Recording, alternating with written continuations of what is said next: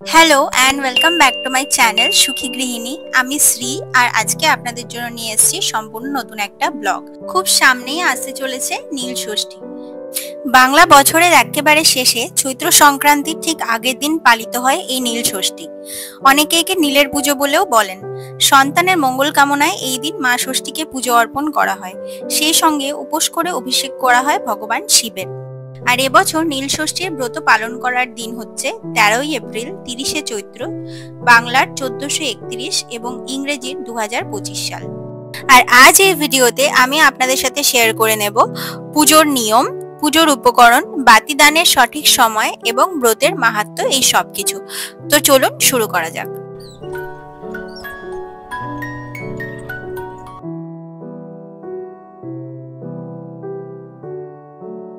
এবার দেখে নেওয়া যাক পুজোতে কি কি উপকরণ লাগবে। ফুলের মধ্যে শিব ঠাকুরের সব থেকে প্রিয় ফুল আকন্দ, ধুতুরা, নীলকণ্ঠ, সাদা ফুল, রঙিন ফুল, এগুলো লাগবে। তার সাথে সাথে লাগবে বেলপাতা, মালা, দূর্বা এবং কাঁচা আম। এছাড়া অন্যান্য উপকরণে লাগবে সিদ্ধি পাতা, পঞ্চশস্য, পঞ্চশস্য মানে ধান, যব, কালো তিল, সবুজ মুগ, সাদা সর্ষে। আর লাগবে আতপ চাল, ভস্য, গোলাপ জল এবং অগরু।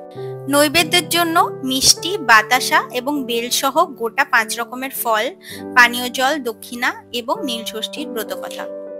নীল ষষ্ঠীর পুজোর জন্য বাড়িতে যেটা থাকা ভীষণই প্রয়োজন সেটা হচ্ছে শিবলিঙ্গ, নন্দী মহারাজ, বাসুকীনাগ, ত্রিশূল।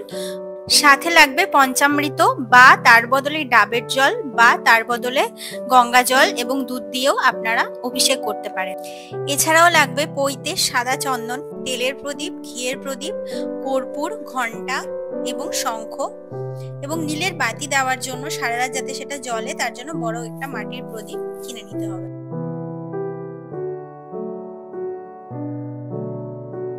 পুজো শুরু করার আগে পুজোর সমস্ত সামগ্রী এবং ফুলে ছড়িয়ে নিচ্ছি গঙ্গা জল, অগরু এবং কর্পূরের গুঁড়ো। হাতে অল্প গঙ্গা জল নিয়ে আচমন করে নেব। নমো বিষ্ণু, নমো বিষ্ণু, নমো বিষ্ণু। হাতটা ভালো করে ধুয়ে বলবো অপবিত্রং পবিত্র বা সর্বাবস্থাং গত পিবা যৎসরেত পুণ্ডরিকাক্ষং সবাচ্য অভ্যন্তর সূচি, নম সূচি, নম সূচি, নম সূচি। এবার সবার আগে তেলের প্রদীপ জ্বালিয়ে এবং ধূপ জ্বালিয়ে আমার পুজো আমি শুরু করব।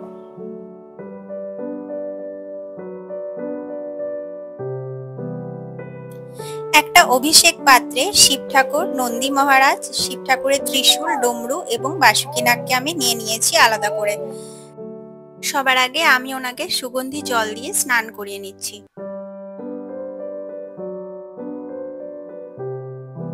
তারপরে আমি ডাবের জল দিয়ে অভিষেক করছি।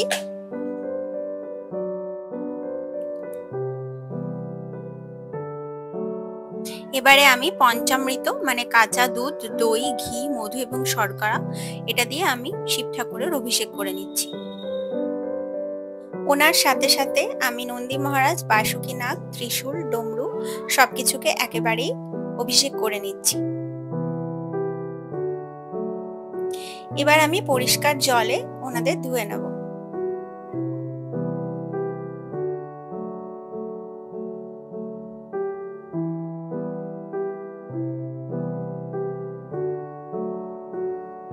এবার আমি গঙ্গা জলে সামান্য কর্পূরের গুঁড়ো মিশিয়ে শিব ঠাকুরকে অভিষেক করছি। আপনারা পঞ্চামৃতর জায়গায় ডাবের জল দিয়েও অভিষেক করতে পারেন অথবা দুধের সাথে গঙ্গা জল মিশিয়েও অভিষেক করতে পারেন। এবার আবার পরিষ্কার জল দিয়ে ভালো করে ধুয়ে নেওয়ার পর আমি শিব ঠাকুর, নন্দী মহারাজ, ত্রিশূল, ডামরু এবং বাসুকীনাগ সবাইকে ভালো করে পরিষ্কার কাপড় দিয়ে মুছে পাথর বাটিতে স্থাপন করছি। এই ষষ্ঠী ব্রত কেবলমাত্র সন্তানের মারা নয়, যারা সন্তান কামনা করে তারা, এমনকি অবিবাহিতরাও পালন করতে পারে। এবার আমি একটা কাঠের জলচৌকিতে এরকম লাল কাপড় পেতে তার উপরে সাদা কাপড় পেতে নিয়েছি। শিব ঠাকুরকে সবসময় সাদা কাপড়ের ওপরে স্থাপন করাই সব থেকে ভালো। তার মধ্যে একটু অখণ্ড আতপ চাল আর একটু ফুলের পাপড়ি দিয়ে তারপরে আমি শিব ঠাকুরকে সেখানে স্থাপন করলাম।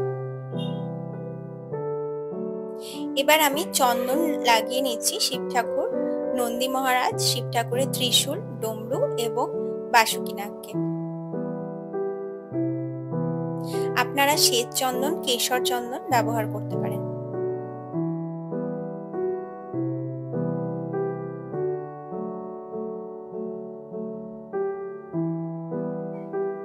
সবার আগে আমি ওনাকে একটা পৈতে নিবেদন করলাম।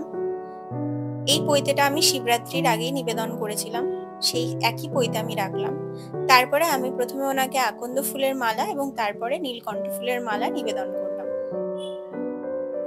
শিব ঠাকুরের পুজোয় লাল ফুল ব্যবহার করা হয় না, কিন্তু যেহেতু এখানে শিব ঠাকুরের সাথে সাথে মা চণ্ডীরও পুজো করা হয়, তাই আমি লাল ফুল এখানে নিবেদন করলাম মা চণ্ডীর উদ্দেশ্যে, এবং সাদা ফুলও নিবেদন করলাম দেবী ষষ্ঠীর উদ্দেশ্যে। এবার আমি চন্দন সহযোগে 3টে বেলপাতা শিব ঠাকুরকে নিবেদন করলাম। এই দিনই বাবা নীলকণ্ঠ, নীলাবতী পরমেশ্বরী দেবী এবং মা ষষ্ঠীর পুজো একসাথে করা হয়। এবার আমি শিব ঠাকুরের উদ্দেশ্যে কিছু নীলকণ্ঠ ফুল অর্পণ করলাম। এবার আমি শিব ঠাকুরের উদ্দেশ্যে একটা গাঁদা ফুল অর্পণ করলাম এবং একই সাথে সাথে শিবের ত্রিশূল, ডমরু, নন্দী মহারাজ এবং বাসুকী নাগের উদ্দেশ্যেও ফুল প্রদান করলাম। মা ষষ্ঠীর ব্রতকথায় এমনটা লেখা আছে, ব্রাহ্মণ দম্পতি তাদের সন্তান হারানোর দুঃখে কাশীতে গঙ্গায় ডুব দিয়ে অপেক্ষা করছিলেন ভীষণ দুঃখী মনে। সেই সময় এক বৃদ্ধা মহিলার আবির্ভাব ঘটে এবং তিনি তাদের বলেন যে ষষ্ঠীর পুণ্য তিথিতে যদি নীলকণ্ঠ বাবার পুজো করা হয় এবং ষষ্ঠী দেবীর একসাথে পুজো করা হয়, তাহলে তারা তুষ্ট হবেন এবং তাদের সন্তান লাভের আশা পূর্ণ করবেন। এবার আমি মা ষষ্ঠীর উদ্দেশ্যে গৌরী পিঠে একটা কাঁচা আম অর্পণ করলাম। এবার আমি ফুল এবং বেলপাতা সহযোগে পুষ্পাঞ্জলি শুরু করব। পুষ্পাঞ্জলি দেওয়ার একটা নিয়ম আছে। সবার আগে বাবা নীলকণ্ঠ দেবের উদ্দেশ্যে পুষ্পাঞ্জলি দিতে হয়, তারপরে নীলাবতী পরমেশ্বরী দেবীর উদ্দেশ্যে পুষ্পাঞ্জলি দিতে হয় এবং সর্বশেষে মা ষষ্ঠীর উদ্দেশ্যে পুষ্পাঞ্জলি দিতে হয়। পুষ্পাঞ্জলির সমস্ত মন্ত্র আমি স্ক্রিনে দিয়ে দিলাম। ওম এষ সচন্দন পুষ্পবিল্ল পত্রাঞ্জলি নম ষষ্ঠী দেবীই নম। এবারে আমি মহাদেব, দেবী নীলাবতী পরমেশ্বরী এবং মা ষষ্ঠীর প্রণাম মন্ত্রটা পাঠ করে নিচ্ছি। ওম নমঃ শিবায় শান্তায় পঞ্চবক্রায় নীলকণ্ঠায় শূলিনে নন্দী ভৃঙ্গি মহাবাল্যগণ যুক্তায় সম্ভবে শিবায়ই হরকান্তায় প্রকৃতই সৃষ্টি হেতবে নমস্তে ব্রহ্মচারিণ্যই নীলচণ্ডিত্রই নমো নমঃ সংসার ভয় সন্তপাত পাহি মাং সিংহ বাহিনী রাজ্য সৌভাগ্য সম্পত্তিং দেহি মাম। জয় দেবী জগন্মাতো জগতানন্দকারিণী প্রসীদ মম কল্যাণী নমস্তে ষষ্ঠী দেবীতে।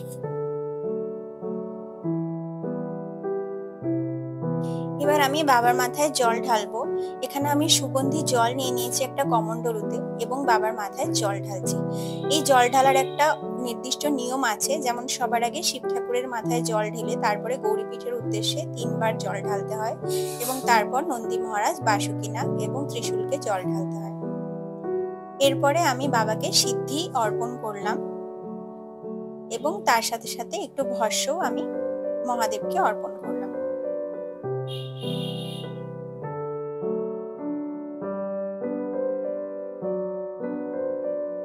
এবার আমি চন্দন সহযোগে দূর্বা দল শিব ঠাকুরের উদ্দেশ্যে অর্পণ করলাম। এবার কিছুটা অখণ্ড চাল নিয়ে সেটা একটু জলে ভিজিয়ে আমি শিব ঠাকুরের উদ্দেশ্যে অর্পণ করলাম। এবারে আমি পঞ্চশস্য অর্পণ করছি একটু ভিজিয়ে শিব ঠাকুরের ওপরে। এবার আমি নন্দী মহারাজের উদ্দেশ্যে ফুল এবং বেলপাতা অর্পণ করলাম।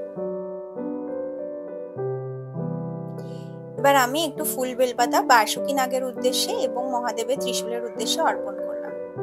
দক্ষিণা স্বরূপ এই 1 টাকা আমি অর্পণ করলাম।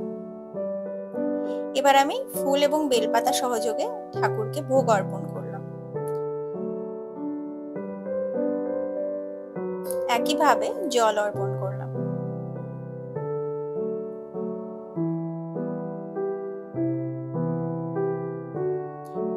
এবার আমি ঠাকুরকে ফল অর্পণ করলাম। আপনারা ভোগে 3টি বা 5টি ফল অর্পণ করতে পারেন। এখানে আমি বেল সহযোগে 3টি ফল অর্পণ করেছি। এবার আমি নীলের বাতি জ্বালিয়ে নেব। তার জন্য আমি একটা নতুন মাটির প্রদীপ নিয়েছি এবং সলতে দিয়ে পুরোটা ঘি দিয়ে ভর্তি করে নেব। এক্ষেত্রে আপনারা একটা বড় প্রদীপ ইউজ করতে পারেন, যেটা সারা রাত জ্বলবে। আপনাদের যতগুলো সন্তান ততগুলো প্রদীপ আপনাদের জ্বালাতে হবে। যেমন আমার একটাই সন্তান, আমি একটাই প্রদীপ জ্বালিয়েছি এবং এটা সারা রাত জ্বলতে হবে। এবার আমি ঠাকুরকে আরতি করে নেব। প্রথমে আমি ধূপকাঠি দিয়ে আরতি করছি। ঘন্টা সহযোগে আমি ধূপকাঠি দিয়ে আরতি করে নিচ্ছি।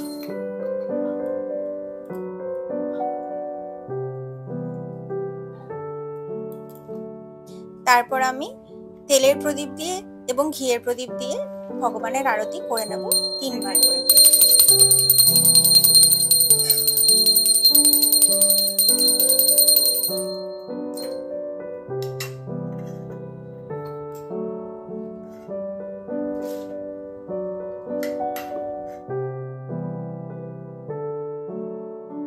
এবার আমি কর্পূর সহযোগে শিব ঠাকুরের আরতি করে নেব।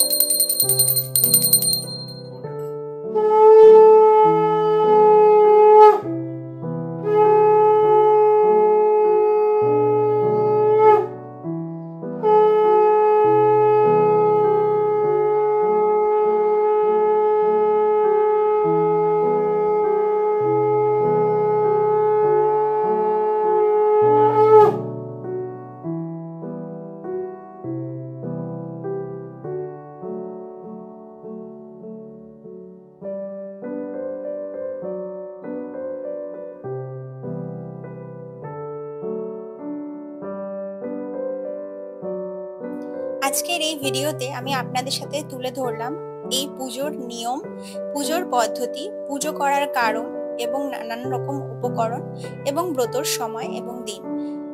আশা করি আপনাদের ভিডিওটা ভালো লেগে থাকবে। কেমন লাগলো আমাকে কমেন্ট করে অবশ্যই জানাতে ভুলবেন না। আপনাদের কমেন্টের আশায় আমি নিশ্চয়ই থাকবো। ভালো লাগলে আমার চ্যানেলটাকে সাবস্ক্রাইব করে এইভাবেই পাশে থাকবেন আর বেল আইকনটা ক্লিক করে দেবেন সমস্ত রকম আপডেট পাওয়ার জন্য। আসন্ন নীল ষষ্ঠীর জন্য সকলকে জানাই অগ্রিম শুভেচ্ছা। সবার মনস্কামনা যাতে খুব ভালো করে পূর্ণ হয় এবং সবার সন্তানের সুস্থতা কামনা করে আমি আজকের ভিডিওটা এখানেই শেষ করলাম। এইভাবেই সবাই সুস্থ থাকবেন, ভালো থাকবেন। খুব তাড়াতাড়ি দেখা হবে নতুন একটা ভিডিওতে এবং টিল দেন দেখতে থাকবেন সুখী গৃহিণী।